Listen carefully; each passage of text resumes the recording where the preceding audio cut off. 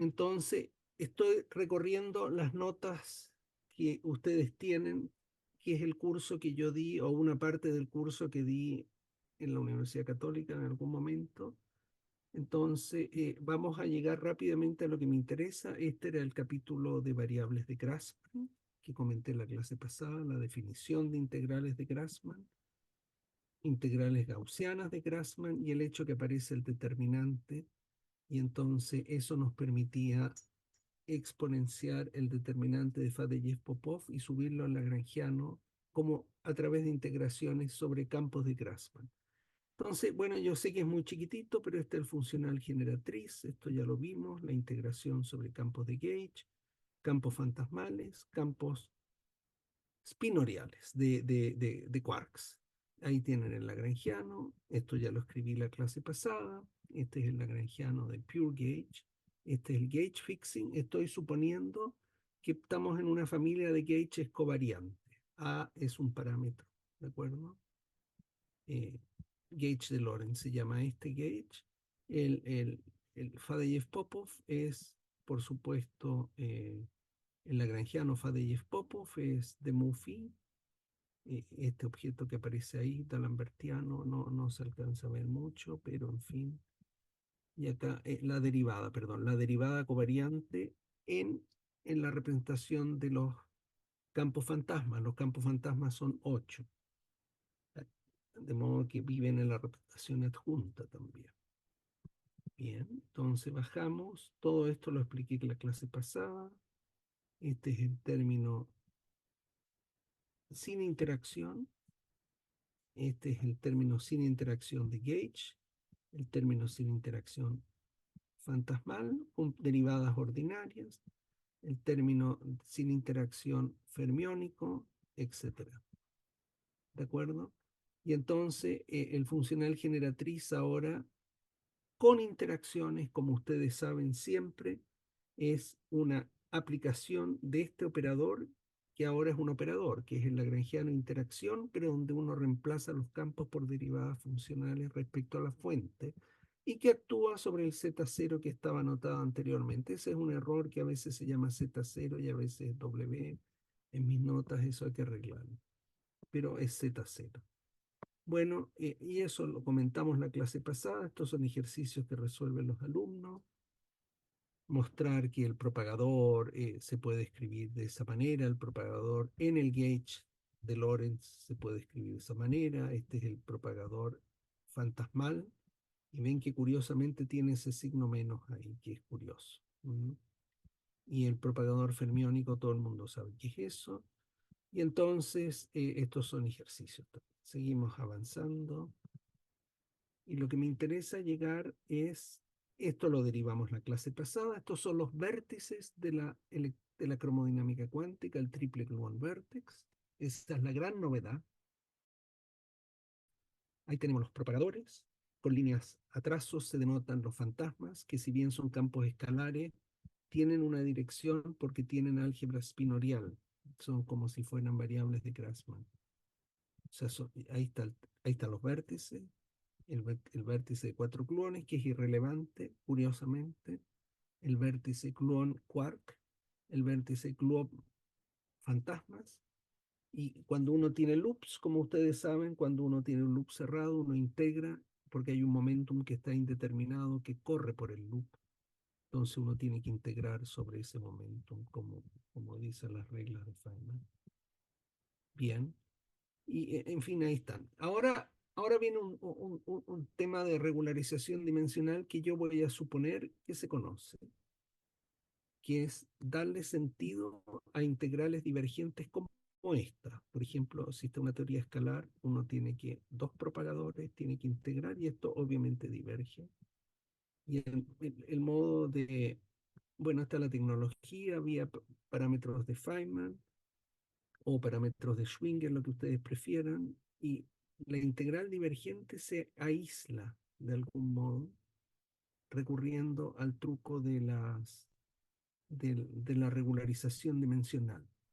O sea, en vez de integrar en 4 dimensiones, integramos en D dimensiones. Entonces queda acá una integral radial, si ustedes quieren, en D dimensiones, la integral angular de ángulos sólidos, muy conocido eso de mecánica estadística. Tiene la expresión que les muestro. Y normalmente esto se hace en espacio euclídeo, se hace una rotación de Wick, y resulta que las divergencias quedan aisladas como polos de funciones gamma, y esos polos se pueden manejar, y acá están las típicas identidades que ustedes encuentran en cualquier libro de teoría de campo. No sé si puedo subirle un cachito a esto. No, se pone inmediatamente, no le gusta. Y desconozco, no sé cómo aumentar esto. ¿Es la única variable de zoom o acá arriba hay otra variable de zoom? No, no, bien, no importa. En fin, estas son la técnica estándar de regularización dimensional que en este curso yo, en estas lecciones la supongo conocida.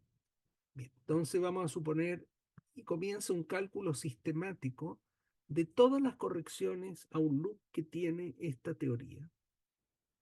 ¿De acuerdo? Eh, y no, eso, por supuesto, no tiene ningún sentido repetirlo.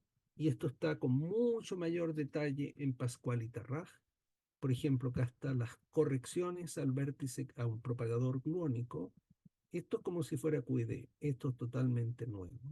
Esta corrección en regularización dimensional se puede demostrar que se anula y se tiene una corrección fantasmal también. Y, y uno puede calcular ese diagrama y resulta este factor. Todo esto que está anotado ahí. A es el parámetro de gauge. Está aislada la divergencia en términos de polos, de 1 partido por epsilon. Cuando epsilon tiende a 0, nos acercamos a las 4 dimensiones. ¿De acuerdo? En fin, y ahora uno calcula los mismos diagramas para vestir un quark, la autoenergía fantasmal, que es ese diagrama, o sea, viene un fantasma, un propagador fantasmático, y acá se viste con un gluón, porque lo que hay es un vértice gluón, fantasma, fantasma. Y después están los vértices ya propiamente tal. De modo que esto es mucho, mucho trabajo. El que no lo haya hecho nunca, la cosa es muy complicada. Por ejemplo, correcciones al triple gluón vértex, vistiendo el vértice desnudo de 3 gluones. Son estos los diagramas que aparecen. Aparece, ahí se viste por un gluón, en fin, más un loop gluónico, que no es lo mismo que esto, más un vértice, un triángulo fantasmal, más un triángulo de quarks, más este, que aparece 2 veces porque esto puede conectarse en otra parte. En fin, todo eso está calculado y está en mis notas y está, por supuesto, en las notas de Pascual y Tarraj. Entonces, la renormalización se hace agregando counterterms. Y el gran teorema de renormalización, yo dije que uno podía factorizar siempre las cantidades renormalizadas, que son cantidades con infinito regularizadas, a través de regularización dimensional, se sustrae eso en algún punto arbitrario, de modo que esto siempre goza de una arbitrariedad que implica la aparición de una escala, y se sustraen esos infinitos de algún modo, pero aparece, hay que dar una prescripción de cuánto valen las funciones de Green en ese punto. Bueno, acá están todas las constantes de renormalización que participan, por ejemplo, para renormalizar el campo de gauge, el campo fantasmal, el campo de quarks. Esos son los nombres de estas constantes de renormalización. Y las constantes se calculan perturbativamente en series de potencia, y se calcula hasta el orden en que uno humanamente puede calcular alguna cosa. En fin, entonces este es el lagrangiano renormalizado. Eh, el lagrangiano renormalizado es el lagrangiano desnudo más lo que hay que agregarle al lagrangiano para evitar los infinitos que se llaman los counterterms. ¿De acuerdo? Y resulta, por uno de estos milagros gloriosos, que el lagrangiano renormalizado se puede expresar solamente en términos de los campos y constante renormalizada sin ninguna ambigüedad. Ahí está. Este Lagrangiano. BRS invariance, ya no hablé lo que es BRS invariance. Y estas son las identidades de Taylor, de Ward-Takahashi, que en el caso, que ligan las constantes de renormalización entre ellas. En el caso de QED son mucho más simples y ahí se llaman identidades de Ward. Ward-Takahashi, en este caso, el equivalente de QCD son las identidades Slavnov-Taylor, pero no importa. Entonces ahí procedemos, pero yo quiero llegar rápidamente más adelante, vamos a avanzar muy rápido acá, porque lo que estaba viendo yo es cómo dependía de la escala de sustracción una función de Green o cualquiera, y habíamos derivado la ecuación de Calancy-Mansi. Ahora, cuando aparecen estos infinitos en regularización dimensional, suele aparecer esta combinación siempre junta. Gamma es la constante de Euler, 0.5772, etc. ¿De acuerdo? Cuando tú sustraes todo esto, hablamos de esquema MS-bar, que es el esquema por razones misteriosas predilecto por todos los experimentales. Pero hay otros esquemas, como el esquema de sustraer la función de Green. Esta es la renormalizada, esta es la función de Green vestida, regularizada, se sustrae la misma función de Green en otro punto, no en p cuadrado, sino en un punto mu cuadrado. Y lo típico cuando se aplica eso es que los infinitos se van y aparecen logaritmos que involucran la escala nueva de masa que uno interviene. De modo que siempre en toda teoría renormalizable es inevitable la aparición de una escala de masa y que hay que prescribirla de algún modo. Lo que viene, se los dejo, lean esto, es la ambigüedad de una teoría de perturbaciones por el hecho de ser de teoría de perturbaciones. Entonces, este es un lindo ejercicio que lo obtuve, me parece, del paper de Stevenson, no me acuerdo. En general, la expansión en teoría de perturbaciones de una cantidad física en términos de una coupling. Siempre es una expansión en serie de este tipo. Ahora, la idea es que si la serie converge, entonces la cantidad física debe corresponder a la suma de todas las correcciones. El problema es que uno no puede calcular todo, entonces inevitablemente uno trunca la serie perturbativa. Y por el hecho de truncar aparecen ambigüedades. ¿Mm? Esas son eh, ambigüedades del proceso de normalización. Bien, y en esto estábamos en una función de Green renormalizada, que comentaba se expresa como producto de constantes de renormalización por funciones de Green eh, regularizadas, o sea, con infinito, entonces acá esta cosa resulta ser finita.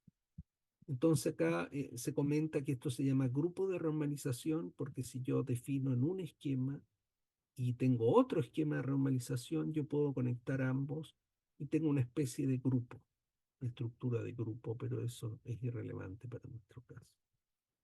Bien, entonces lo que nos interesaba a mí eran las llamadas funciones de Green de n puntos amputadas, que es donde está.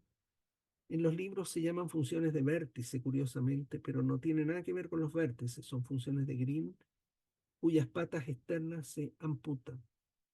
Entonces, esta es una función conectada. Se define una función de Green truncada conectada, esto yo lo hice en la clase pasada, de este modo. Vamos a bajar un poco. Y ahí están, y estas funciones de Green son las derivadas respecto a las fuentes del funcional generatriz. Esta es la función de Green conectada, que es esta, y la conectada amputada consiste, si tú quieres, en multiplicar, estos son propagadores, se multiplican por el inverso los propagadores acá y matan las patas externas. Acá se dejaron los propagadores. Bueno, como sea. Entonces, si amputas las patas externas, ahí calculé la dimensión canónica de una función de Green. Y si se amputa o no se amputa, esto lo calculé la clase pasada, por eso quería mostrarlo como una hoja de ruta. Luego voy a ir a la pizarra. Entonces acá mostramos, si yo tengo una función de Green de n momentos. Ahí está. Esa es la función de Green desnuda, ¿ven? ¿Por qué? Porque depende de parámetros desnudos y del épsilon. La idea es que el producto de las zetas que dependen del épsilon, por esto, producen una función de Green renormalizada que ya no tiene infinito, pero involucra la aparición de la escala asociada al punto de sustracción. Siempre aparece un punto de sustracción. Acá está lo que se llamaba zeta gamma. A esto llegué la clase pasada. Y entonces empecé a ver qué pasa con el análisis dimensional de una función de Green de este tipo. Porque acá yo puedo escalear todos los momentos por la escala del punto de sustracción. Siempre puedo hacer eso. Y por definición de dimensión canónica, estas son funciones homogéneas, ¿no es cierto? Que uno aprende en termodinámica, que si las escalea, entonces aparece el factor de escala afuera. Y la única variable que tiene, las variables que tienen dimensión de energía son los momentos y la masa. Y si lo escaleo por la escala del punto de sustracción, todas estas son cantidades adimensionales. Y entonces la función de Green renormalizada manifiesta su dimensión a través de mu a la d. ¿De acuerdo? Y entonces acá una posibilidad, y ahora en general, si yo ahora tomo los momentos y los escaleo por una variable xi común a todos ellos, y después divido por mu para tener cantidades adimensionales, ahora aparece mu a lo que se llama la dimensión de la función de Green. Bueno, que en fin, es lo mismo que escribir xi a la dimensión canónica, y la dimensión canónica la había anotado antes, estaba un poco antes. Ya, y entonces acá apareció la famosa ecuación de Kalan-Simanzi. Yo la construí en clase diciendo, mire, si toma ustedes derivada, acá es respecto a xi o respecto a mu, me da lo mismo. Si tomas derivadas respecto al punto de sustracción de una función de Green desnuda, eso es cero, porque la función de Green desnuda no depende de un punto de sustracción.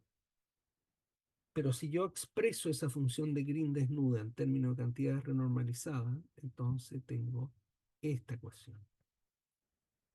Esta ecuación, y esa es la ecuación de Kalan-Simanzi, y que nos dice cómo evolucionan las cosas en física. Esto es lo que yo hice la clase pasada, la derivada respecto al punto de sustracción de una función de Green general de n puntos con parámetros desnudos y dependiendo de épsilon, porque esto está regularizado pero no renormalizado, tiene que ser cero.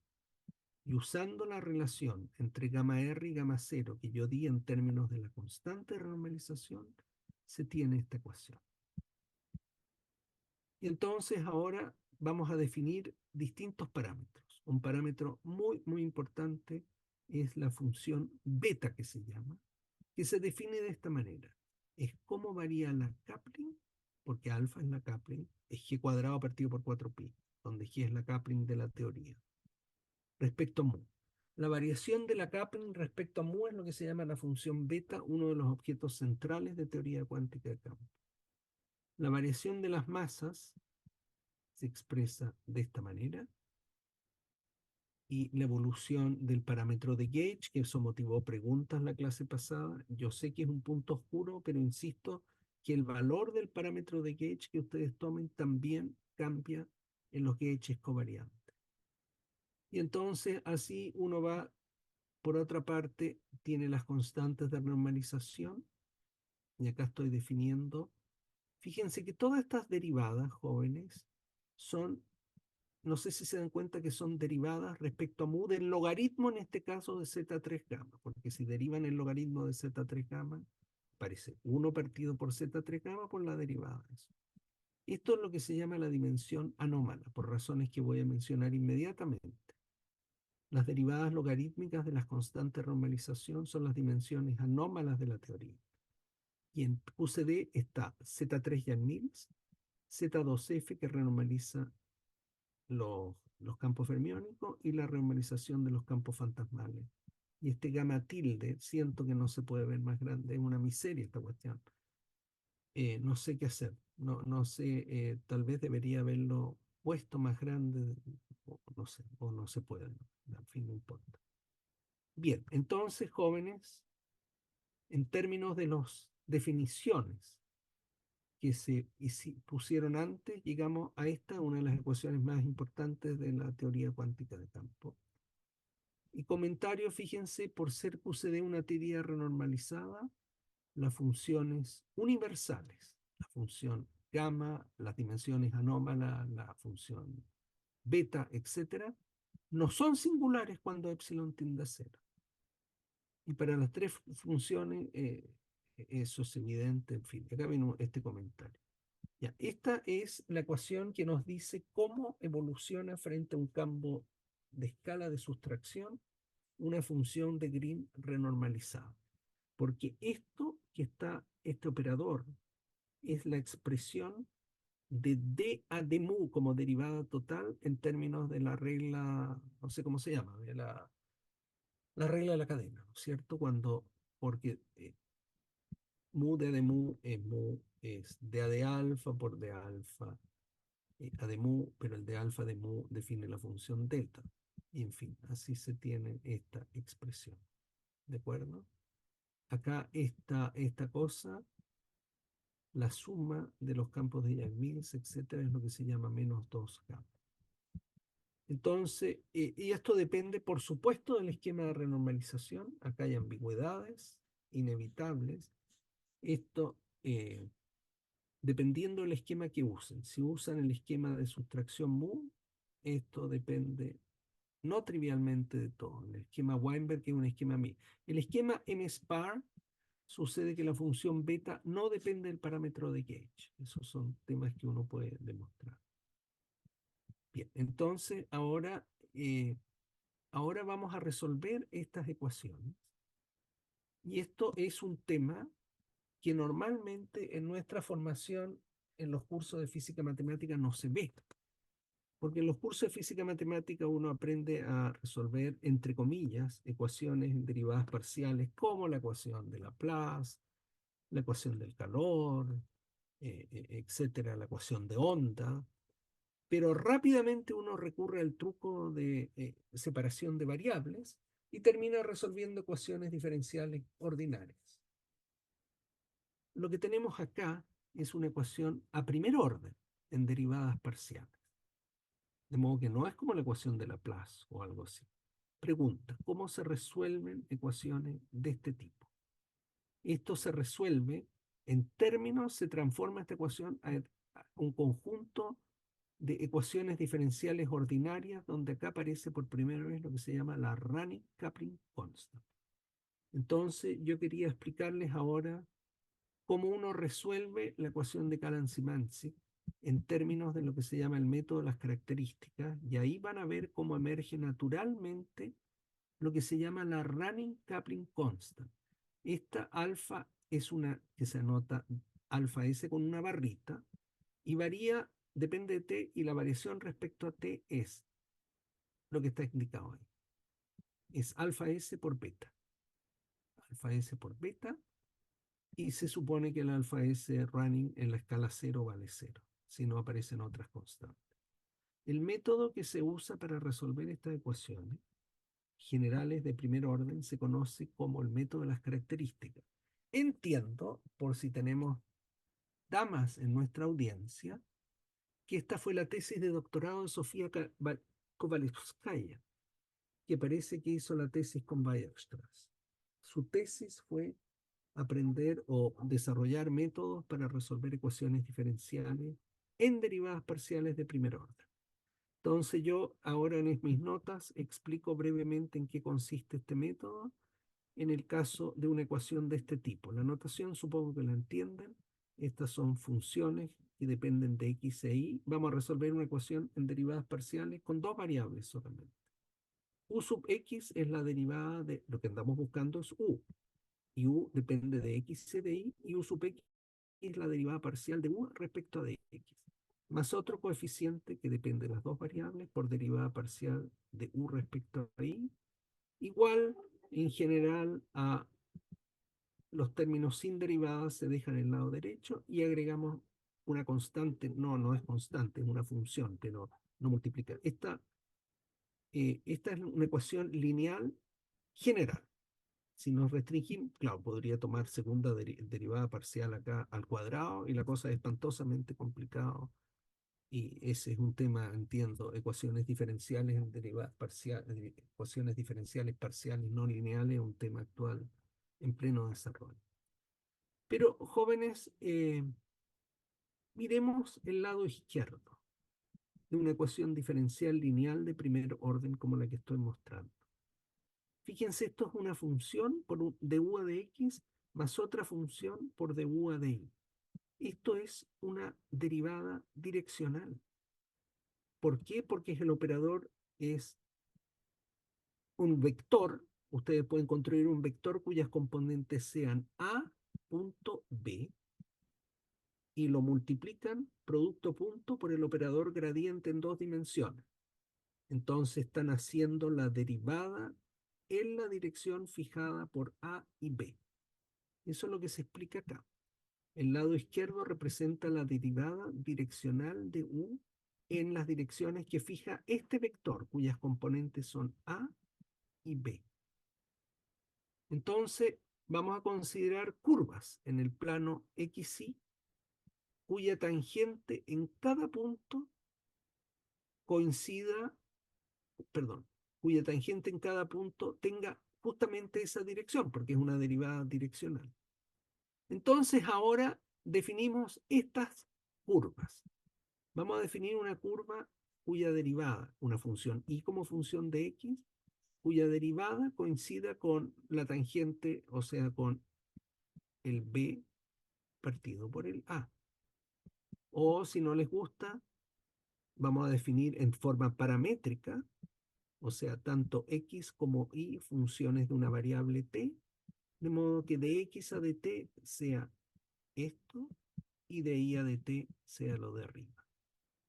Entonces ahora ya nos instalamos sobre estas curvas, o sea, tomamos una familia de curvas cuya tangente en cada punto coincide con la dirección, perdón, con la dirección que fija el vector a, b. Esto pueden pensarlo como un vector en dos dimensiones y va variando a medida que nos movemos en el plano XY. Entonces, a lo largo de estas curvas, fíjense, si yo tengo la derivada, esto es una familia de curvas. Si yo defino de u a de x, este de u a de x total es de u a de x parcial más de u a de y por de y a de x. Ahora, de y a de x es esto. Entonces, esto es lo mismo que de u a de x más de u a de y por el de y a de x que lo definí como la dirección de la tangente en el punto. Si yo sustituyo en esta ecuación esta cosa, o sea, el de u a de x. Acá teníamos en la ecuación 1, teníamos de u parcial a de x. Ese de u parcial a de x lo puedo escribir como de u total a de x menos esta cosa, que es lo que está hecho acá abajo. Entonces la ecuación 741 se expresa de esta forma. La diferencia es que ahora estamos refiriéndonos, estamos resolviendo sobre curvas que satisfacen esta ecuación. ¿Bien? Y entonces se sigue, ustedes pueden convencerse que ahora de u a de x satisface esta ecuación. Y entonces ahora la ecuación es una ecuación ordinaria. La idea geométrica es esta, que uno tiene un montón de curvas. En el plano IX, estas son curvas que se dibujan de modo que en cada punto la tangente coincide con el campo direccional S. Y entonces uno fija una curva inicial, esta curva gamma, esta es la curva gamma. Tú fijas valores iniciales que definen una curva. Entonces,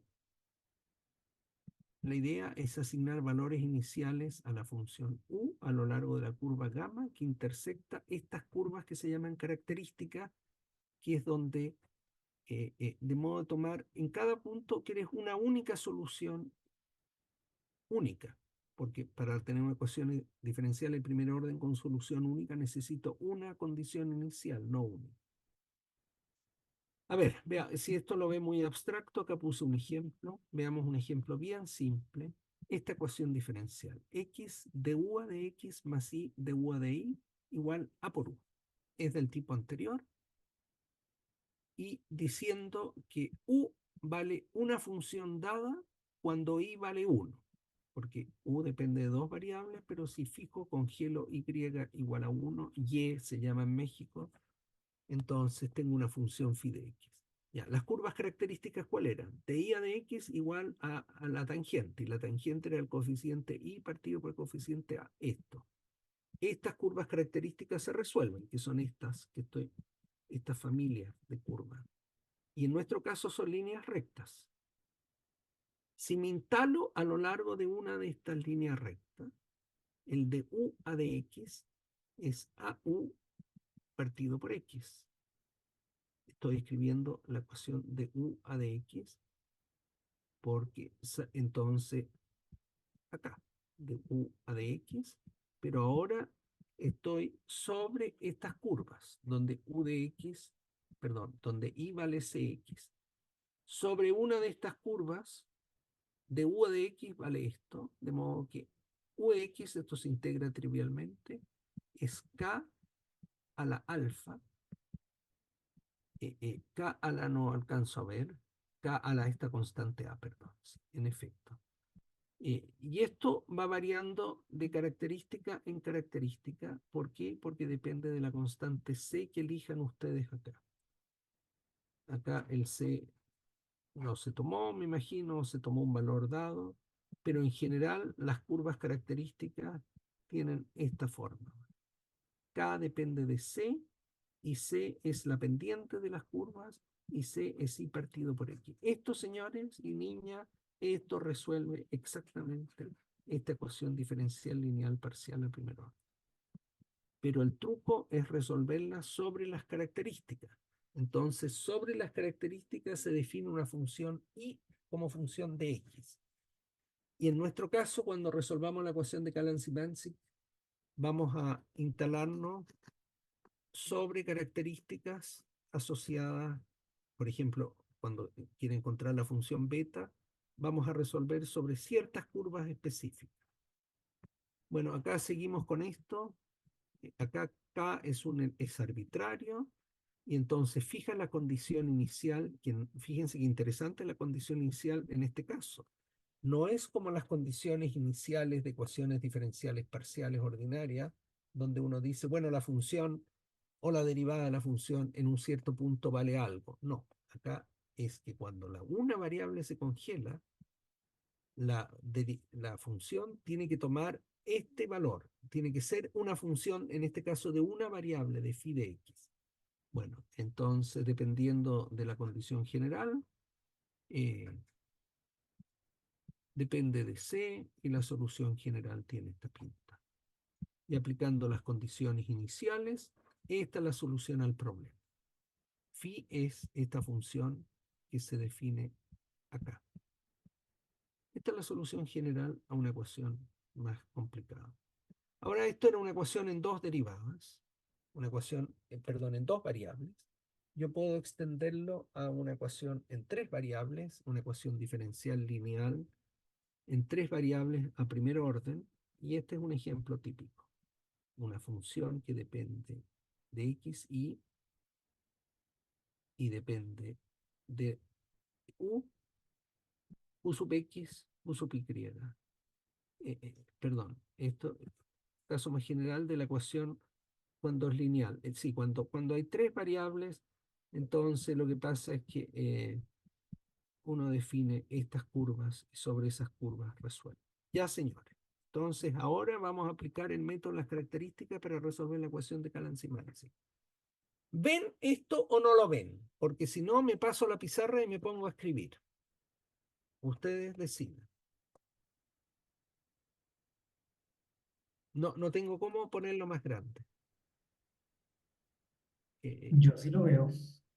¿Lo ven? Perfecto. Entonces, si Sí, pero necesito la ¿cómo se ve? pizarra, si necesito la pizarra, entonces en algún momento yo interrumpo y me pongo a escribir. Esto lo tengo en mi cuaderno, de modo que lo puedo desarrollar, pero no, en fin, eh, van a ver, yo creo que podamos seguir así más rápido. Esta es la ecuación de Calan-Simanzi. Entonces, retomamos el sistema acoplado de ecuaciones diferenciales. Vamos a botar la dependencia en el parámetro de Gauge. ¿Ven que soy miserable? Vamos a simplificarlo. Y vamos a botar la dependencia en la masa. Si ustedes quieren, vamos a resolver para una teoría sin masa. Entonces, la cosa se resuelve así. dA de es, T es el factor de escalamiento, que era el psi partido por mu, si ustedes quieren. Entonces, dA de t más la función beta por alfa, dA de alfa, menos este gamma tilde. Este gamma tilde es la dimensión anómala, es la dimensión anómala, que eran las derivadas logarítmicas de las constantes de normalización, menos la dimensión canónica. Eso es lo que está ahí. ¿De acuerdo? Entonces ahora, en vez de resolver la ecuación general, la resolvemos sobre una curva, donde alfa ahora es alfa que depende de la variable t, siguiendo el método de las características. Entonces, sobre esa curva, la ecuación diferencial tiene esta forma, donde la curva se especifica. Bueno, tenemos esta ecuación. Esta es la curva que define la característica de alfa barra. A de t es alfa barra por beta alfa barra con esa condición inicial. Entonces hay que resolver, hay que conocer esta función alfa de t. Ahora, si uno sustituye esto en la ecuación de arriba, uno obtiene eso,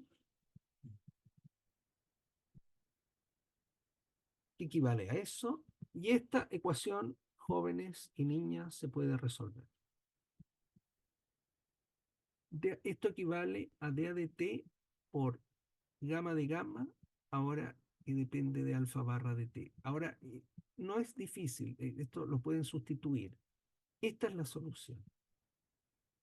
Dice que la función de Green renormalizada de momentums que han sido escaleados con e a la t y dependiendo de una running coupling, y depende por supuesto de la escala que aparece en renormalización, es la función de Green en algún momentum, pero ahora la vamos a escalear. Y al escalearla, viene multiplicada por e a la menos, la integral entre menos t y 0 de la dimensión anómala. Eh, bueno, en fin, esa es la típica forma que tienen las soluciones de la ecuación de Calan-Simanzi, expresada en términos de running, cantidades que corren. En este caso, lo escribí en términos de la running. O sea, escaleo los momentos y ahora es lo mismo que la función de Green de momento sin escalar, pero donde apareció la running coupling constant y multiplicado de este modo. Y fíjense que esto no escalea como gamma R por mu elevado a D. No, hay una dependencia extremadamente sutil porque acá aparece E a la menos la integral de la dimensión anómala.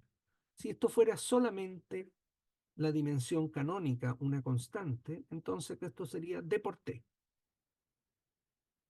Pero no, acá están las dimensiones, por eso se llama dimensión anómala. Y tiene que ver con las derivadas de los logaritmos de las constantes de renormalización. Entonces, en fin, acá se habla de cómo uno fija esa running, eso se explica ahí, le da un poco vuelta a las ecuaciones, y en el caso general, la función de Green viene dada de esta manera. Bueno, aparece xi a la dimensión canónica, y acá aparecen las dimensiones anómalas, y acá aparece una función de Green renormalizada, y todas las funciones que habíamos definido, alfa, m, en la función fantasmal, todas son rancantes, cantidades que dependen de la escala. Y acá está explicado más en detalle el hecho de que por qué se llama dimensión anómala. Es muy interesante esto, ¿ah? Porque esto no es que crezca linealmente, sino que tiene un comportamiento súper raro. El resultado anterior es la consecuencia fundamental de la ecuación del grupo de romanización.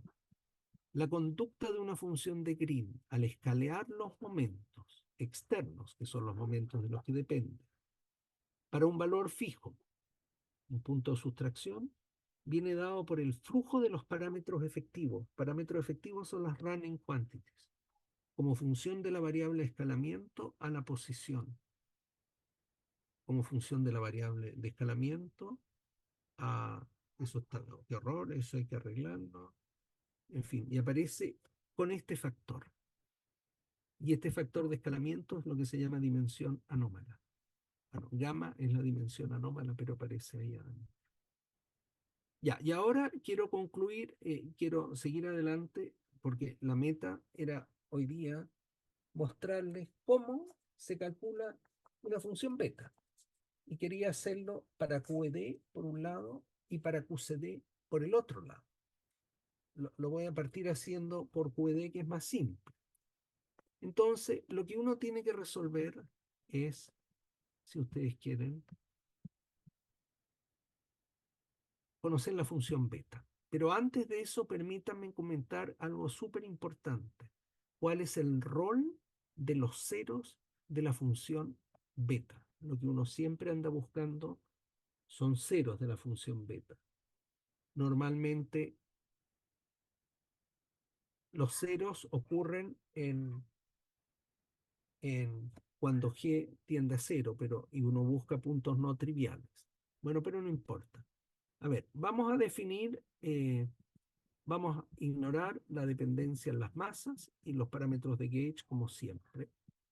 Y la función, la running coupling, satisface esta ecuación de G a de T, beta de G a de T. Ahora se usó esta notación. Antes teníamos alfa por beta.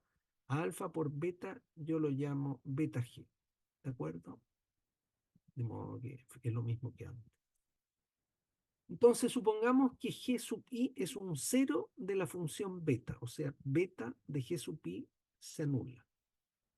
Entonces yo puedo expandir beta de G en un entorno del cero. Entonces lo puedo escribir de esa forma. Y si ustedes quieren, este coeficiente beta 1, pues expanden en serie de Taylor, es beta en 0, 0, ya, más la derivada de la función beta respecto de G por el intervalito, eso es. ¿De acuerdo? Y yo sé, y esto es beta 1 de G, y yo sé que el G running satisface esta condición. Es el G running, es el G1 más lo que uno se ha corrido por E elevado a la beta 1 de T, porque uno resuelve esta ecuación. Acá ponen beta 1 de G de beta a de G, entonces satisface esa ecuación y pueden probar que esto está bien. Y ahora viene muy importante. Si beta 1, el coeficiente de la derivada de la función beta respecto de G, es positiva y G está en el dominio cercano al cero, entonces cuando xi tiende a cero, o sea, en el límite infrarrojo de pequeños momentos, la running coupling tiende al cero, al punto donde la función beta se anula. Y eso ocurre cuando el escalamiento tiende a cero, o sea, el límite de pequeños momentos, y por eso se llama límite infrarrojo. T era el logaritmo de xi partido por mu, y si xi tiende a cero, esto tiende a menos infinito. Punto estable infrarrojo. Esto, infrared safe fixed point. Por otra parte, si beta 1 es negativo en el cero, entonces acá la running coupling constant tiende al cero, pero cuando el escalamiento tiende a infinito. Y esto es lo que se llama un punto ultravioleta fijo estable. Ahora, distintos casos. Si la función de Green es un cero de orden impar, donde es de esta pinta, donde n es impar, entonces vale los mismos resultados anteriores. Si ahora es un cero de esta forma, hay que ser más cuidadoso y uno obtiene esta solución. Entonces, en este caso es que se requiere conocer el signo de beta que multiplica G menos G1. Siempre se requiere ese signo, saber si la función beta es positiva en el origen. Y ahora en teoría de perturbaciones, todas teorías de perturbaciones, el punto G igual a 0 es un punto fijo, pero en QED es un punto muy distinto a un punto en QCD. ¿Por qué? Porque en QCD el origen es un punto fijo ultravioleta, en QED es un punto fijo infrarrojo, perdón. Bueno, acá está todo el asunto, en resumen, jóvenes, y ahora tal vez puedo comenzar a escribir. Acá estoy comparando con las notaciones de otros libros, por ejemplo, esta definición está de acuerdo con Tarrás-Cross, Itzigson, Ramón, lo que se llama la función de Green renormalizada, amputada y renormalizada, pero eso ya son detalles que no me interesan.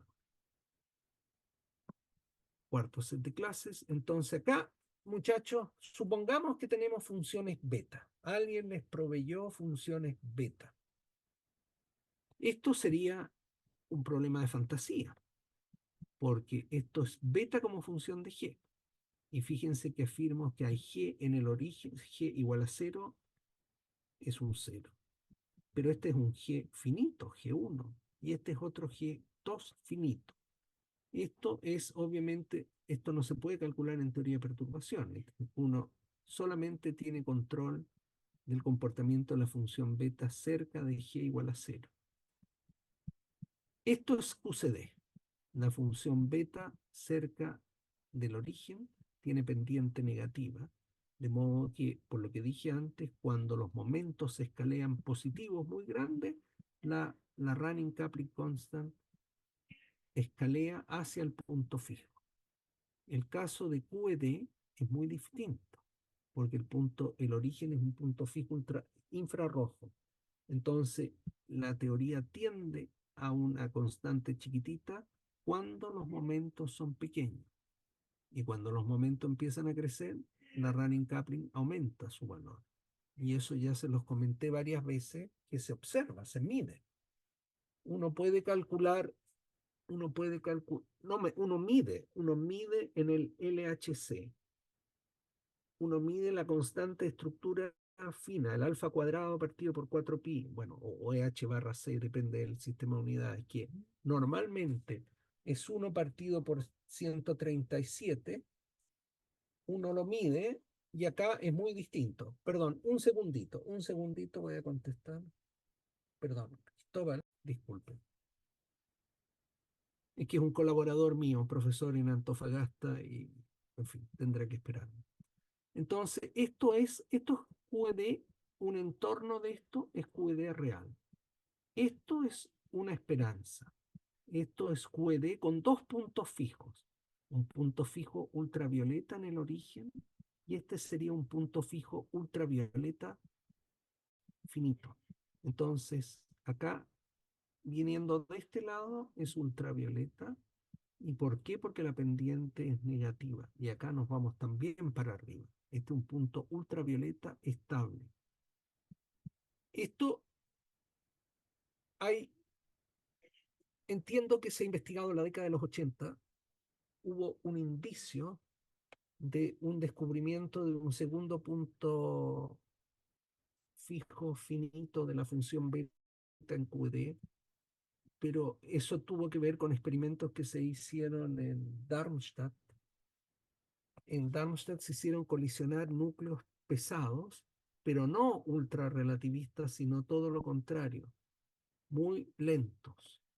Entonces se producía un campo gigantesco ahí, y entonces uno esperaba, las señales experimentales sugirieron que esto podía ocurrir, pero en fin. Entonces, fíjense acá, en la región, acá hay comentarios sobre estas figuras. Esta, la región 2 que se comenta acá. Estos fueron papers famosos en ese tiempo de Kogut y Dagoto. Esto, sobre un segundo punto fijo G3 distinto de cero. Y eso lo puse entre preguntas porque no es algo que uno sepa bien hasta el día de hoy. Una predicción de Kogut y Dagoto, Dagoto un físico o física actualmente argentina, en ese tiempo joven estudiante.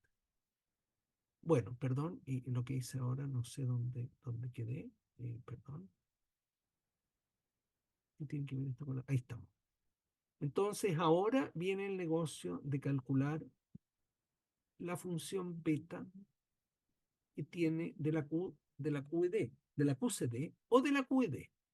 Vamos a calcular la función beta de la QED perturbativamente en este entorno y de la QCD en este entorno.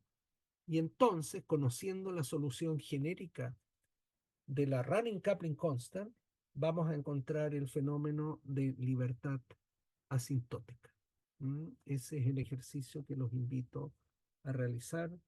Yo sé que es insuficiente porque este curso o esta set de 5 lecciones pretendía llegar a fenómenos no perturbativos, reglas de suma, transiciones de fase, pero me di cuenta que era una locura completa.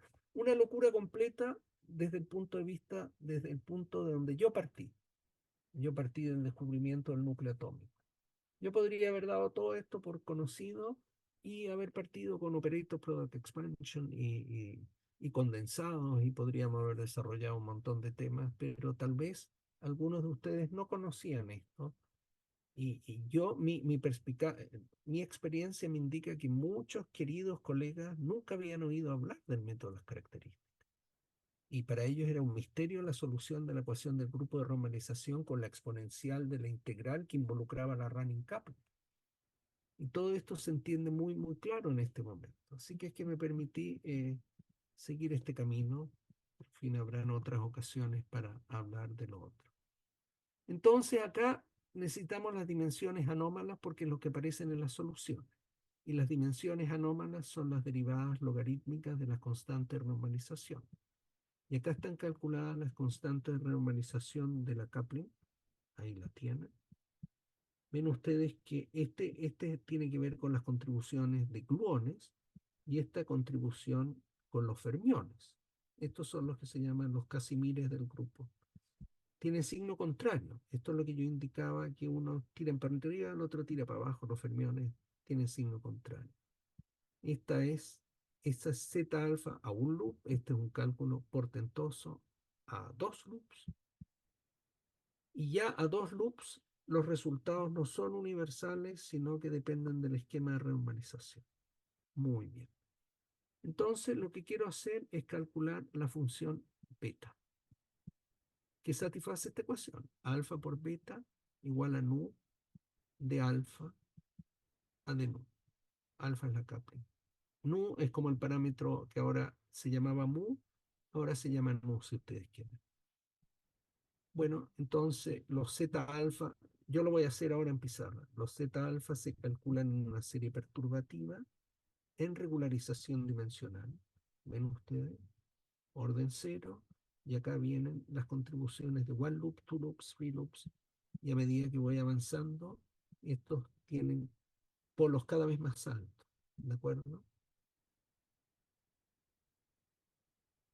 Bien, entonces esa es la tecnología. Me voy a saltar un poco toda esta cosa. Entonces, por razones que están explicadas acá, esta ecuación voy a dejar solamente el término lineal, porque los otros términos que tienen singularidades en épsilon no van a aparecer finalmente, porque la teoría es renormalizada. De modo que esta es la ecuación, y esto hay que calcularlo, y esto hay que calcularlo en un caso y en el otro caso viendo explícitamente las cantidades de renormalización, las constantes. Y entonces acá viene todo el tema de las constantes de renormalización, y eso va a depender de la teoría, Entonces yo sugiero en este momento tal vez irnos a mi pizarra, o sea, alguien me va a tener que asistir con la pizarra y, y voy a resolver, vamos a calcular la función beta para la QED y para la QCD. Y ando ahora, ¿sí? Perfecto, muy bien, aceptar. Bien, entonces vamos a calcular como un ejemplo de las ideas que expuse hace un rato, vamos a calcular la función beta de la QED y de la QCD. Y de QCD. Para que vean cómo es la maquinaria que se opera acá.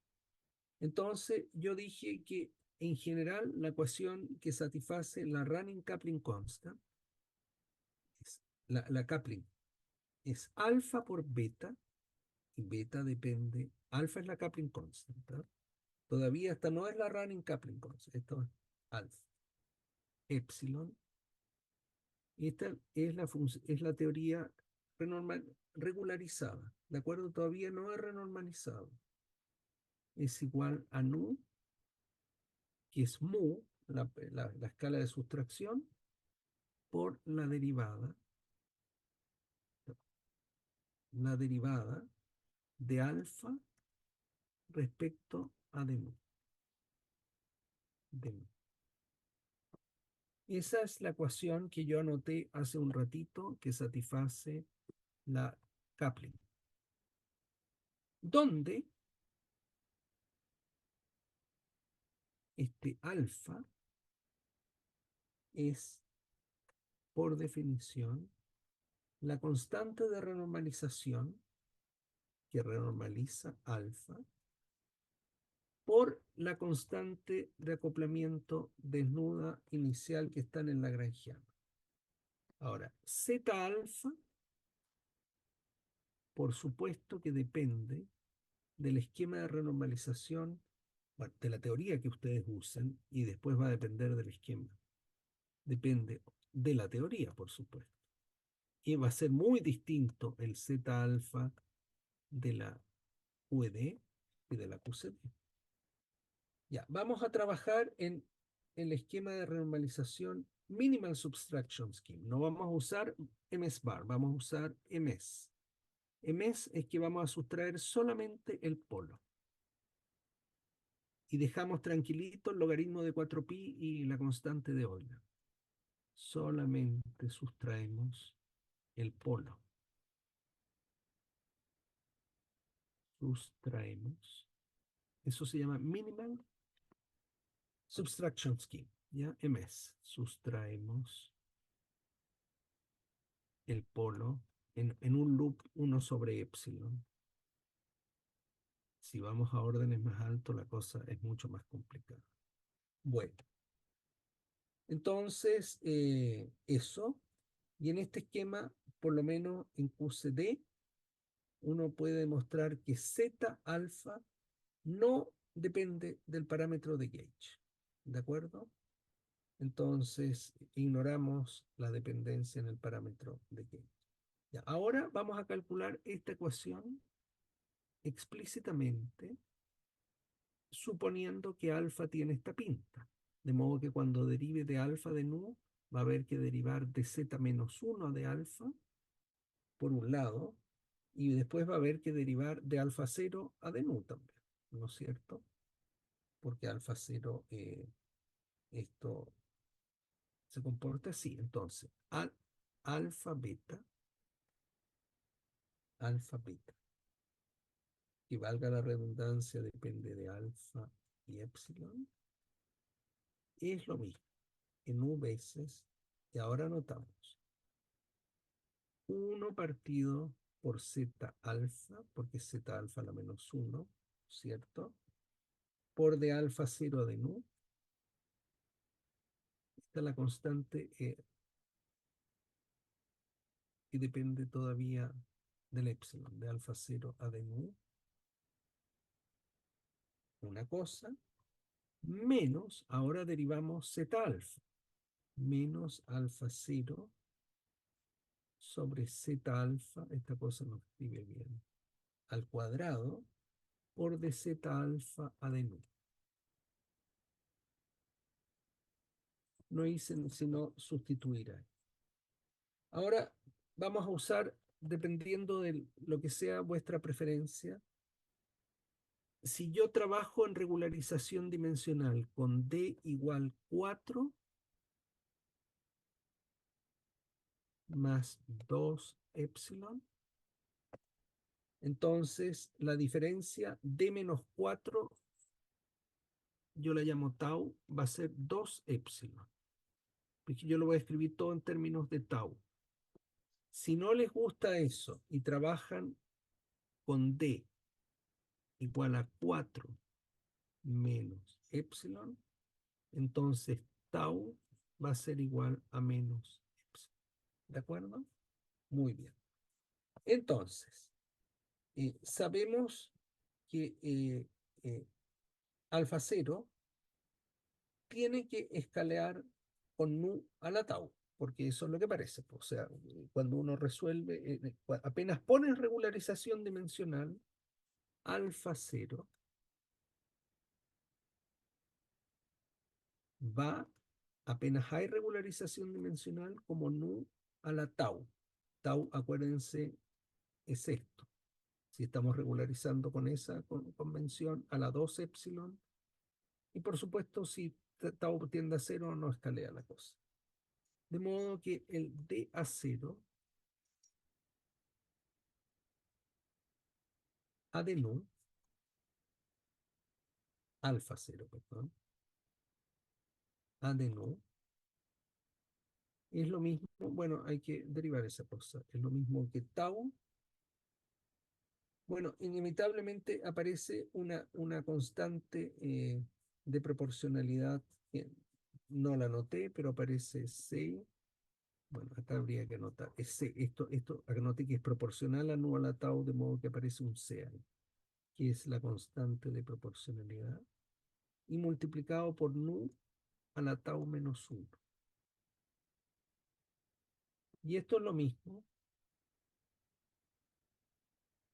que tau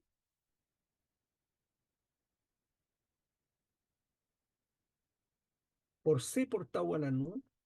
Es una tontera lo que estoy escribiendo, pero lo escribo. Dividido por nu, ¿no es cierto? Porque C tau partido por nu. Y esto, bueno, lo escribo así. Y esto es lo mismo que tau por alfa 0 partido por nu. O sea, de alfa 0 de nu es tau por alfa 0 partido por nu. Y ahora seguimos calculando y se torna un problema de ecuaciones diferenciales, porque lo que hay que resolver ahora es alfa, beta, esta ecuación, esta ecuación.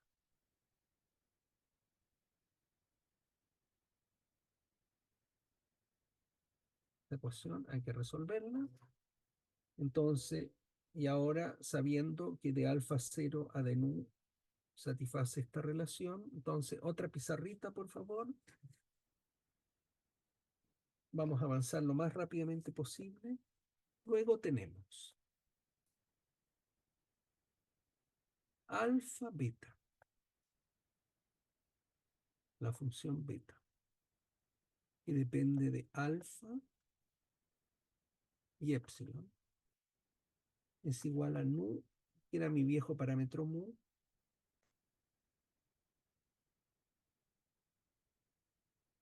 uno partido por zeta alfa, c, la constante proporcionalidad, alfa 0 partido por nu. Estoy sustituyendo la ecuación anterior. Alfa 0 partido por zeta alfa al cuadrado por dz alfa de nu. Perfecto. Y entonces eso es alfa beta. Y entonces esto se puede escribir de esta manera más compacta. Usando la última identidad que yo escribí, esto se puede escribir como tau. Acuérdense que tau era la diferencia entre las dimensiones, menos 4. Por alfa 0 partido por zeta alfa,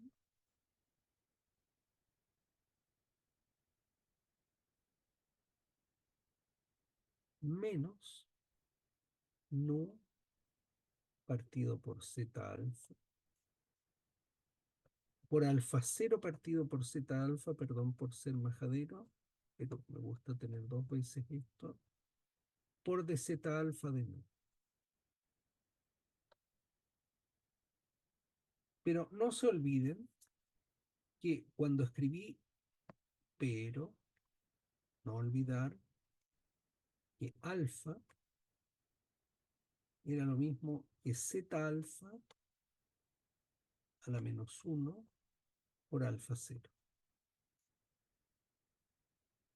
Entonces, usando esa relación, tengo esta ecuación. Y alfa, beta, alfa, alfa, beta. La función beta es la que quiero calcular, que depende de alfa y depende de epsilon, por supuesto. Está resultando tau por alfa menos nu alfa dividido por zeta alfa por de zeta alfa de nu.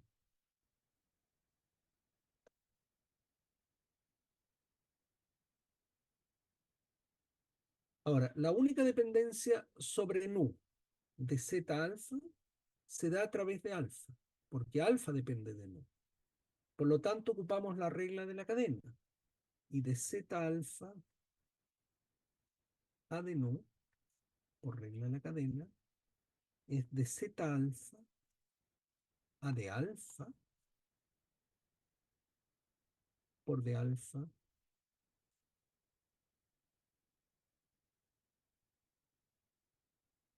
a de nu. Eso es lo que tenemos. Entonces, donde dice de zeta alfa de nu, sustituimos esta expresión y tenemos alfa beta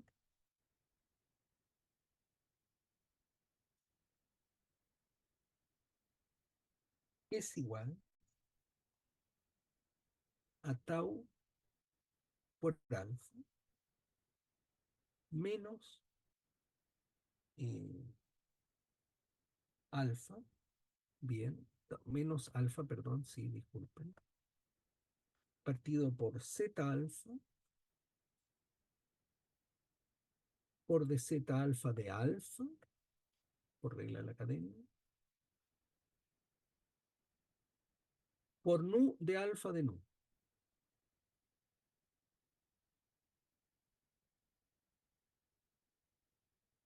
Nu de alfa de nu. Bueno, vale. Pero por la primera ecuación que usé, la primera ecuación que partimos, pero por esta ecuación, de ahí partimos. Nu, perdón, alfa, beta, depende de alfa como epsilon. Eso era por definición, por definición. Nu de alfa a de nu.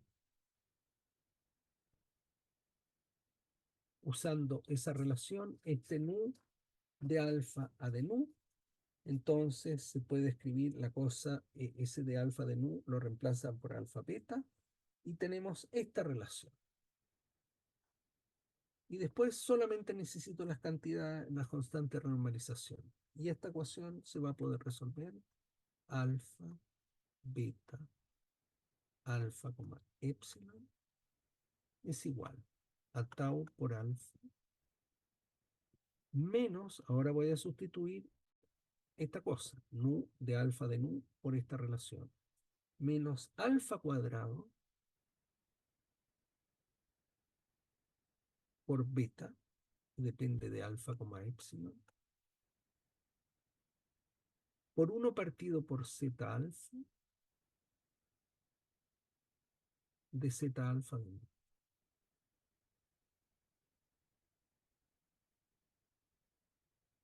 Ese es el status ahora.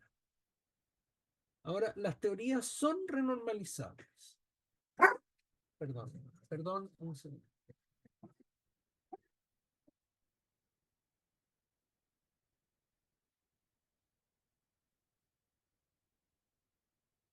Perdón, disculpen. Las teorías que estamos considerando, ya sea QED o QCD, son renormalizables. Muy importante. Entonces, eso nos permite hacer un statement muy valioso. Pero QCD y QED, entre muchas otras, son teorías renormalizables.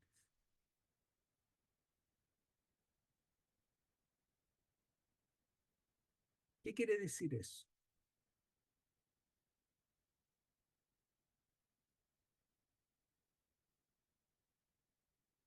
Por lo tanto,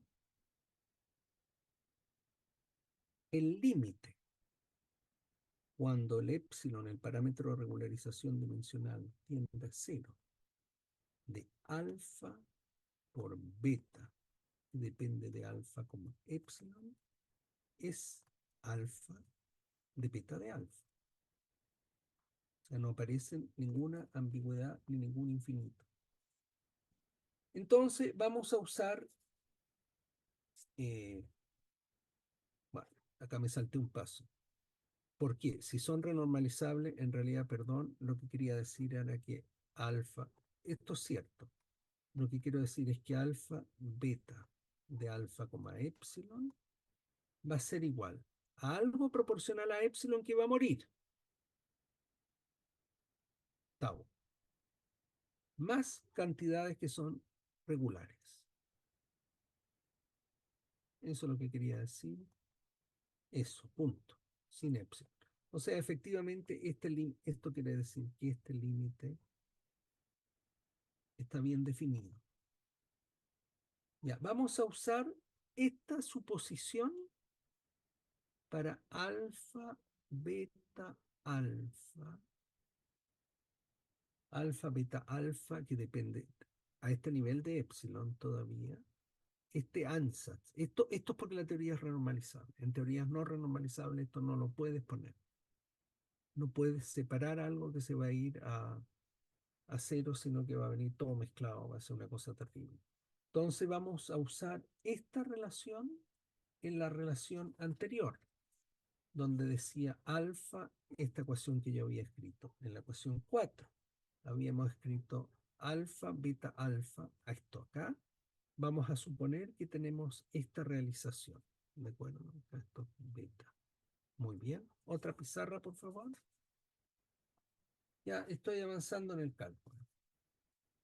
Entonces vamos a sustituir esa expresión ahí y vamos a tener lo siguiente. Estoy sustituyendo. Cada vez que aparecía alfa, beta, alfa, voy a escribir la expansión que es válida por ser la teoría renormalizable, perdón. Tau por epsilon más alfa. Ay, Dios mío, no escribe esta pesada.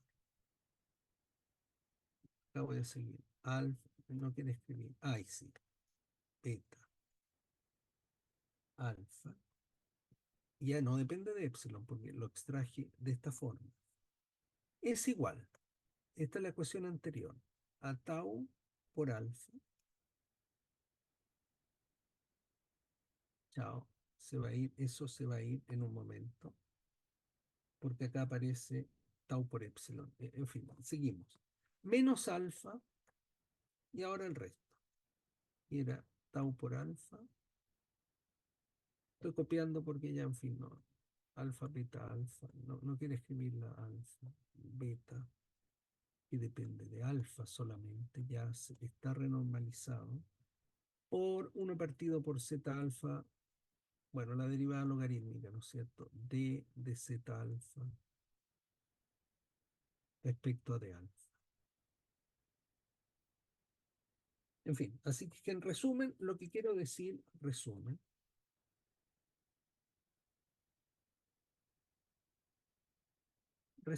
es que,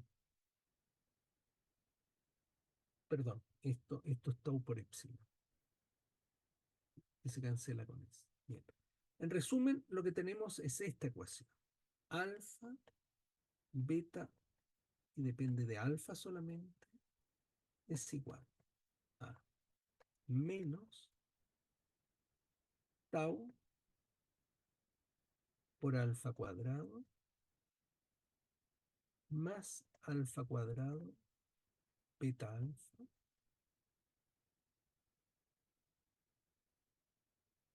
Y esto lo voy a anotar así porque ya me aburrí. La derivada del logaritmo de zeta alfa respecto a de alfa.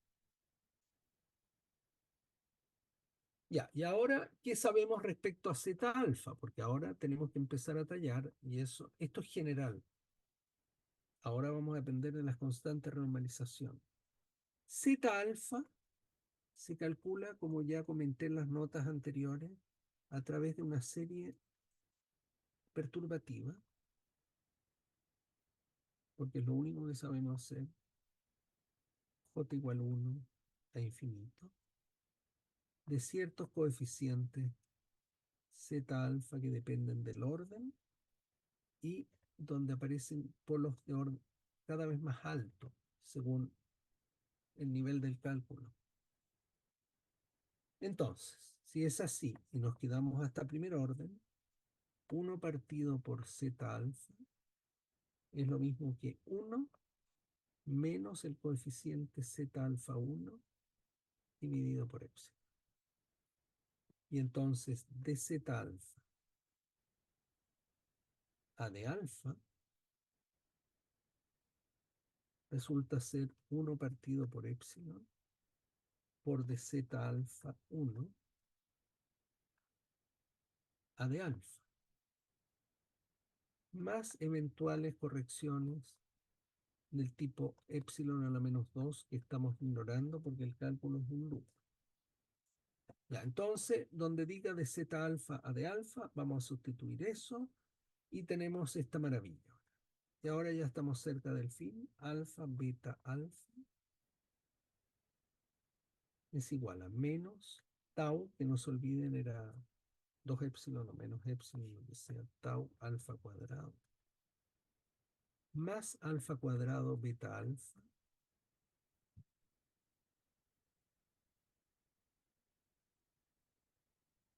beta alfa, factor de lo que eran las derivadas del z. 1 menos z alfa, 1 sobre epsilon más orden epsilon a la menos 2 multiplicado por 1 partido por epsilon de z alfa 1 a de alfa. Tenemos todas esas relaciones. En fin, uno manipula eso un poquitito más, agrupa potencias de igual orden en Z y obtenemos esta expresión.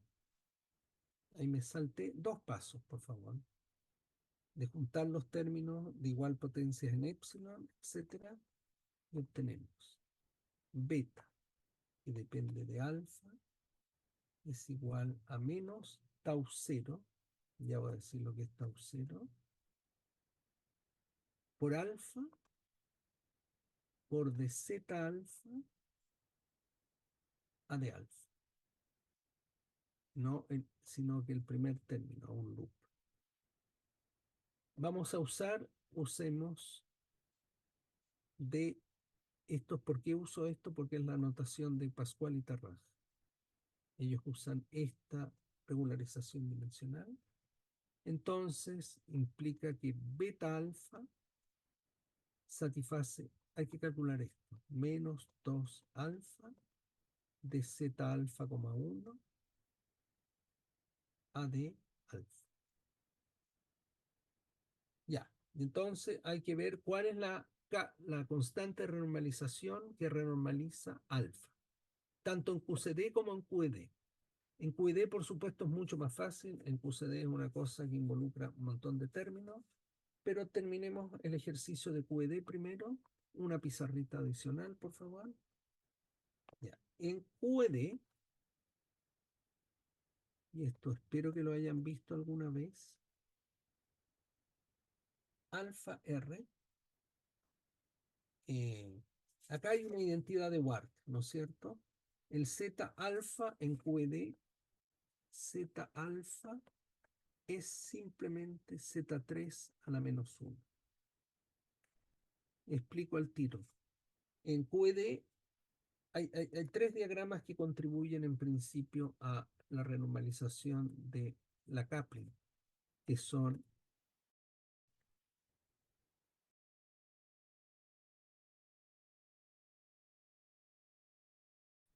vistiendo un electrón. No, ¿qué pasó? Se me fue el lápiz. No, perdí control de la pizarra en este momento. No tengo lápiz. Ahora volvió el lápiz. En QED, perdón. Ya, pues, renormalizando.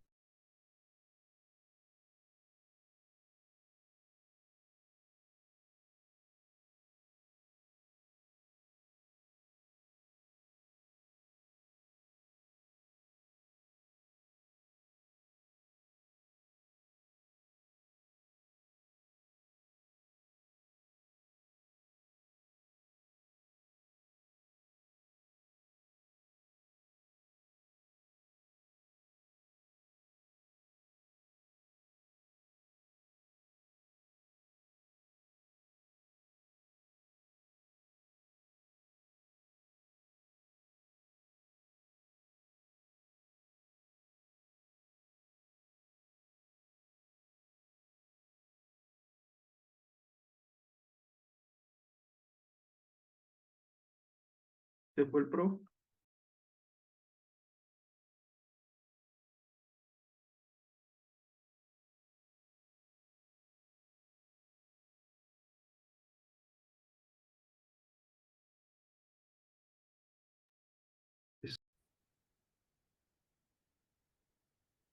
Ahora cambió el color, pero it doesn't matter.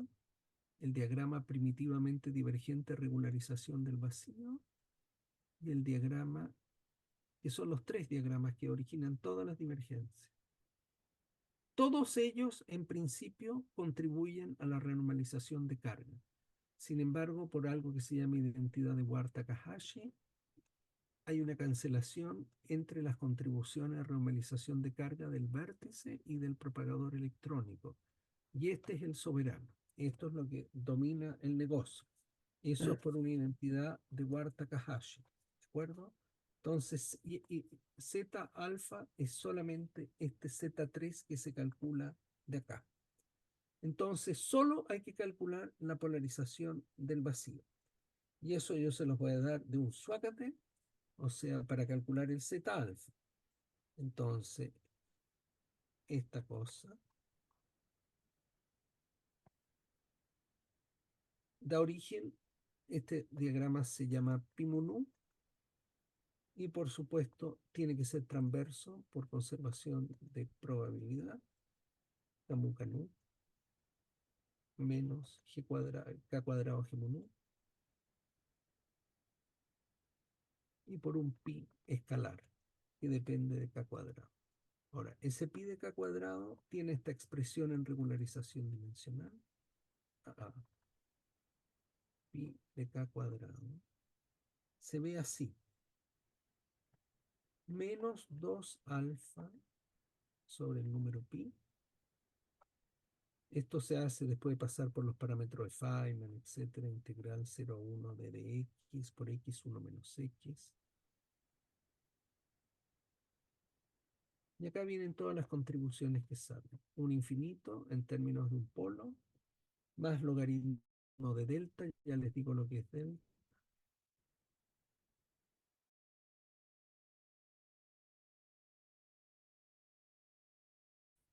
Ahora no quiere escribir. No, en este momento dejó de escribir. Se agotó el lápiz. Más. Perfecto. Más, no, logaritmo, logaritmo. Yo creo que a lo mejor el computador se agotó también. logaritmo de delta más gamma, la constante de Euler, me va a saltar muchos pasos, menos logaritmo de 4pi. Y esto lo encuentran, sin ir más lejos, en el libro de Peskin-Schroeder, tal cual, donde el delta es m cuadrado, en fin, me voy a saltar algunos pasos, delta que aparece ahí es m cuadrado menos x por 1 menos x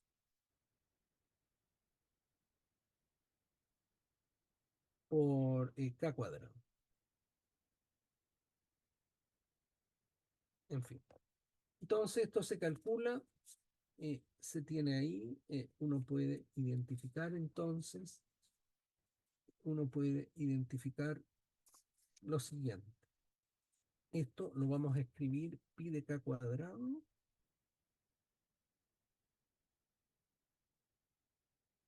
lo voy a escribir como afuera lo que tiene que ver con el épsilon, a partido por épsilon, más términos regulares, cuando épsilon se va a cero. Entonces, el a es todo lo que acompaña al término 1 partido por épsilon, así que es menos 2 alfa sobre pi integral de x, x1 menos x. Eso es. De modo que ese a resulta ser menos alfa partido por 3pi. Haciendo esa integral que es trivial. Menos alfa partido por 3pi. Y eso es. Y el b es el término finito. Ahora, el propagador vestido, porque de ahí vamos a sacar la constante reumanización. El d mu nu de k. Y pongo el i acá. Resulta ser el propagador desnudo y lo vestimos a una vez. De 0 mu nu de k más el propagador desnudo por el pi por el propagador desnudo. Así es la vida, desgraciadamente. Más i estamos vistiendo. De 0 es justamente el diagrama anterior. Mu lambda, que depende de k, multiplica el i pi. Eh, Esto tiene que ser lambda rho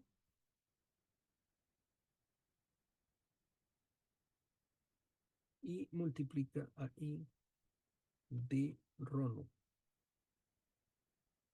Ahí hemos vestido el propagador. ¿De acuerdo? Bueno, con esto uno puede encontrar el propagador inverso y, y todo lo que uno quiera, y entonces aparecen términos de la masa renormalizada, y finalmente tenemos lo siguiente. Me salto un par de pasos, entonces van a encontrar que d mu nu renormalizado es el límite, y ahora tenemos el Z3 que yo quiero, a la menos 1, por d mu nu, de 0 mu nu, cuando épsilon tiende a 0. Bueno, entonces, si ustedes calculan, y acá tengo que hacer un acto de fe, si no, no vamos a llegar a ningún lado, van a encontrar que el Z alfa tiene el Z3, es el Z. Bueno, me salté una página, pero son puros cálculos muy simples. Van a encontrar que Z3 es igual a 1 más alfa partido por 3 pi épsilon. Lo que equivale a decir que Z3 a la menos 1 es 1 menos alfa partido por 3 pi épsilon, por supuesto. Porque esto hay que entenderse como cosas geométricas. Entonces, Z alfa, que es igual a Z3 a la menos 1, esto es Z alfa. Miren qué bonito. Tan simple como eso. Y entonces volvemos atrás. Una pizarra más, por favor. Una pizarrita. adicional, gracias. Es Z3 a la menos 1, es Z alfa. 1 menos alfa partido por 3 pi epsilon. Entonces ahora vamos a sustituir eso en la ecuación de la función beta. Muy bien.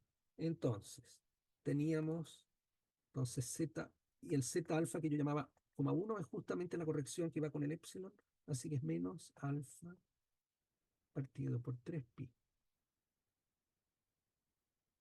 De donde ahora volvemos beta alfa. Dijimos que era menos 2 alfa por dz alfa 1 respecto de alfa. Bueno, en realidad derivadas totales, ¿no? Perdón, derivadas totales. Así que es que beta alfa es igual a menos 2 alfa por menos 1 sobre 3pi. Por lo que alas triunfo beta alfa, la función beta a un loop en la QED, es 2 alfa partido por 3pi. Y ven ustedes que 3pi, esa es la función beta. Luego, en un entorno, ven que beta alfa es positivo y por consiguiente el origen en QED, alfa 0, es un punto infrared stable. O sea, ahí fluyen las cantidades, pero cuando los momentos tienden a ser chiquititos. En QCD la cosa es bastante más complicada porque hay varias contribuciones de constantes de renormalización porque hay muchos diagramas, ¿de acuerdo? Ahora hay eh, muchos caminos que conducen a Roma. Lo que uno necesita acá es las constantes de renormalización que se llaman Z1, Z3 y Z3 Yang-Mills. Acá hay también identidades de Ward-Takahashi en QCD ahora. Te voy a ir saltando algunos pasos, pero quiero que vean la filosofía.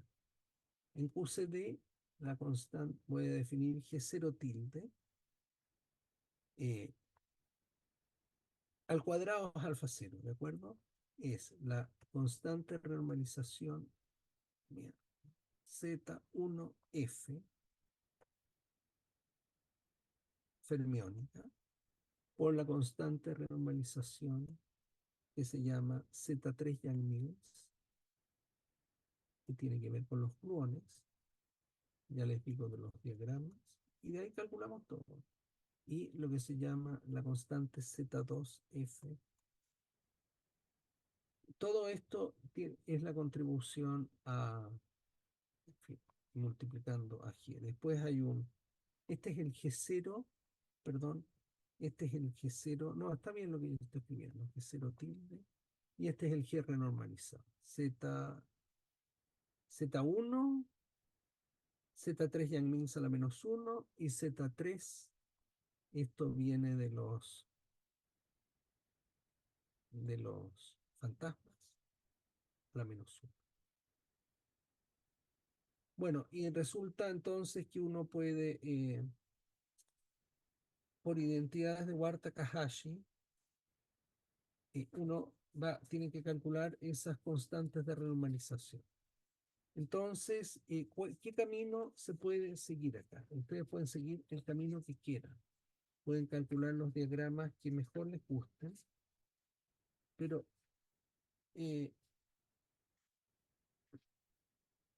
a ver, los diagramas que se usaron acá fueron los siguientes. Esa es una línea fantasmal. Y esa es un vestimiento, la línea fantasmal por gluones. Eso provee lo que yo llamo Z3 tilde. Después, acá apareció me voy a concentrar en las correcciones. Solo fantasmas voy a usar, ¿eh? Vamos a usar solo términos de gluones y fantasmas. A eso me refiero con que los caminos conducen a Roma. Hay muchas formas de obtener la función beta. Yo voy a partir de este diagrama, voy a partir de este diagrama,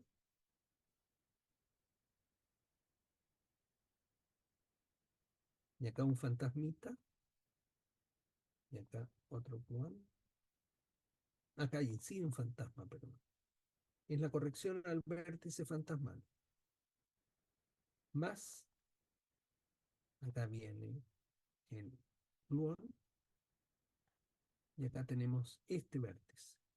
Acá incide un fantasma, sale un fantasma, y acá tenemos, incide un fantasma,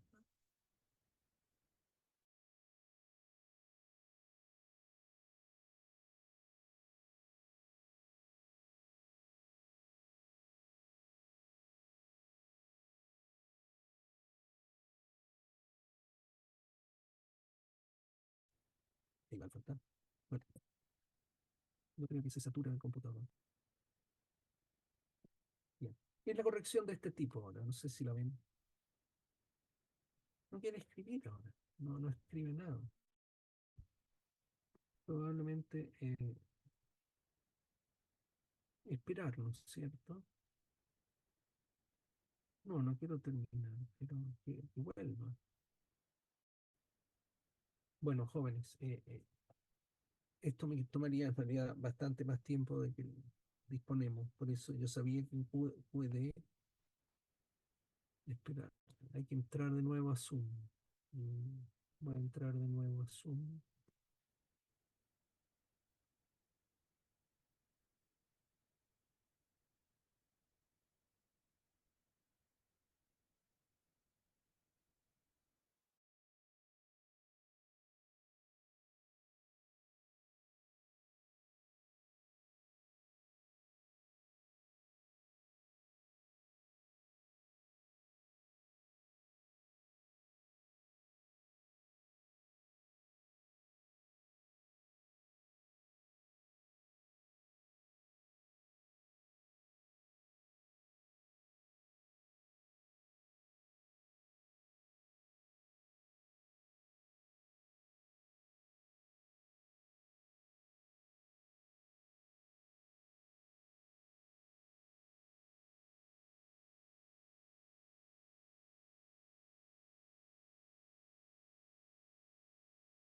Es muy bien. Estoy vistiendo este vértice.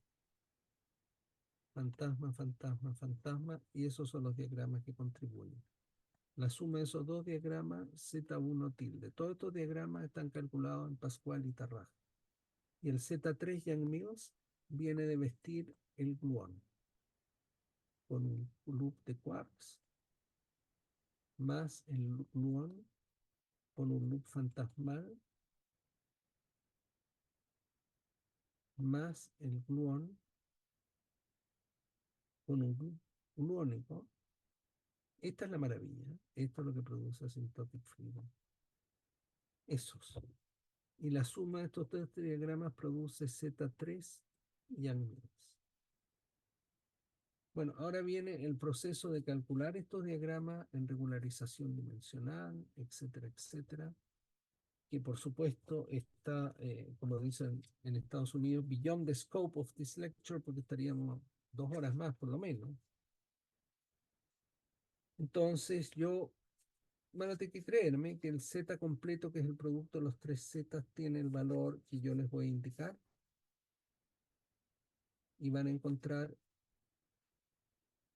lo siguiente. También hay identidades de Ward Takahashi, hay todo tipo de cosas.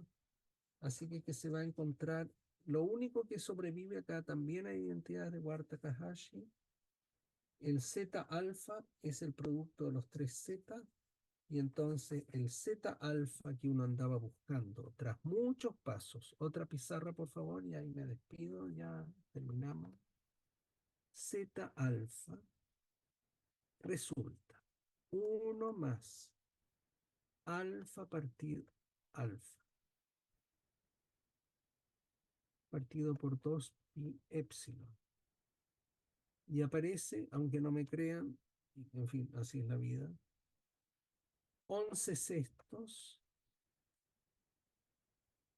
por algo que se llama C2G, que es un número, que es uno de los casimires del grupo de color, DSU3, menos 2TR, que es el otro casimir, por el número de fermiones que tienes en la teoría, partido por 3. Esa es la constante. Y teniendo la constante, bueno, el Z alfa 1 es esto, Z alfa 1, es justamente lo que acompaña el 1 partido por epsilon. Así que es igual a menos alfa partido por 2pi por 11 sextos, C2G es 3, me parece.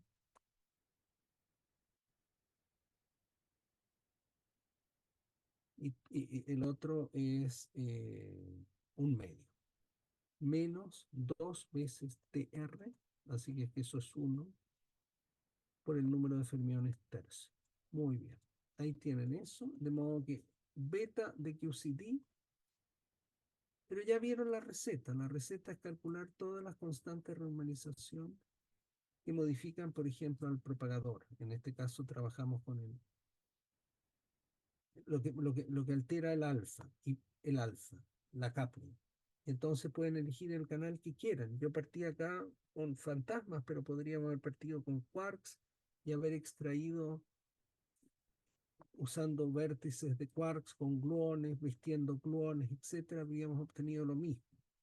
Entonces, beta de QCD es igual a menos 2 alfa de Z alfa, y ahí tienen el Z alfa, 1 respecto de alfa, de donde van a obtener que beta QCD, y este milagro se llama asymptotic freedom, es igual, este es el milagro, el signo menos, a diferencia de la cosa de QED, menos NF tercios por alfa partido por pi. O si ustedes quieren, igual a menos 11 menos 2 tercios NF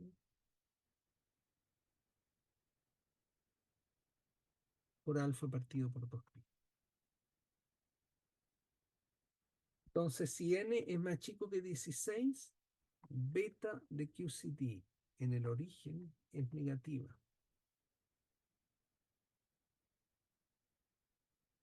Lo que implica que el punto fijo es un punto ultravioleta. O sea, G running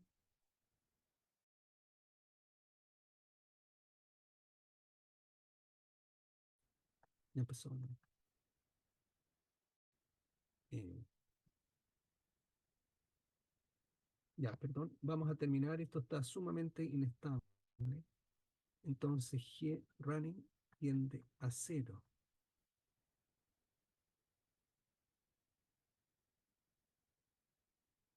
Cuando el escalamiento es grande.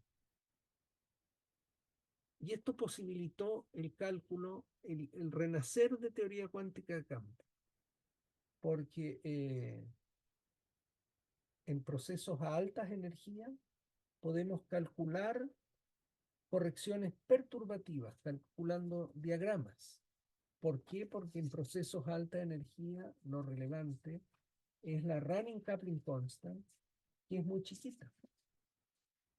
Ahora, en la práctica se necesita que la energía o la escala de energía sea mayor por lo menos que un GeV, porque cuando uno, de acá tú puedes calcular el alfa, y el alfa es algo así como una constante dividido por, conociendo el beta, tú despejas el alfa, y el alfa es algo así como un alfa 0, partido por 11 tercios menos 2 NF, algo así, puede ser que esté equivocado, lo pueden ver en mis notas, ¿eh?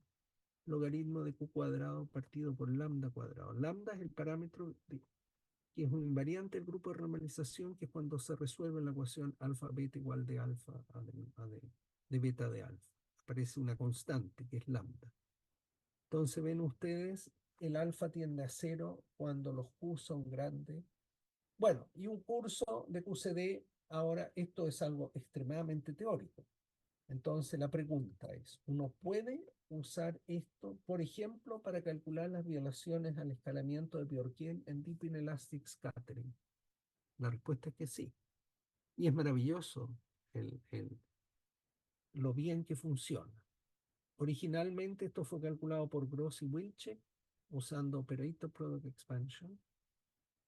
Y ese lenguaje, que era un poquito abstracto, posteriormente todo el mundo lo entendió a través de las ecuaciones de evolución de Diglap, Dovchytsev, Gribov, Lipatov, Altarelli, Parisi, que muestran que uno puede tener bajo su control eh, el ver cómo las constantes de estructura del tipo inelastic adquieren una dependencia en Q cuadrado, que es logarítmica, es muy suave.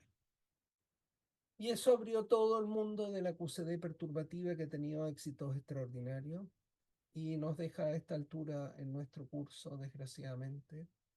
eh, el desafío, por supuesto, es tratar de calcular procesos a baja energía. Viejas preguntas como el factor de forma electromagnético de algún factor de forma del protón, por ejemplo.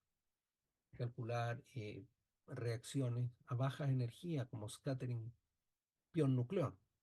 Son cosas que se conocen muy, muy bien de los tiempos de Mari Castaña, de los tiempos de la física nuclear. Esas cosas no se pueden calcular todavía con QCD.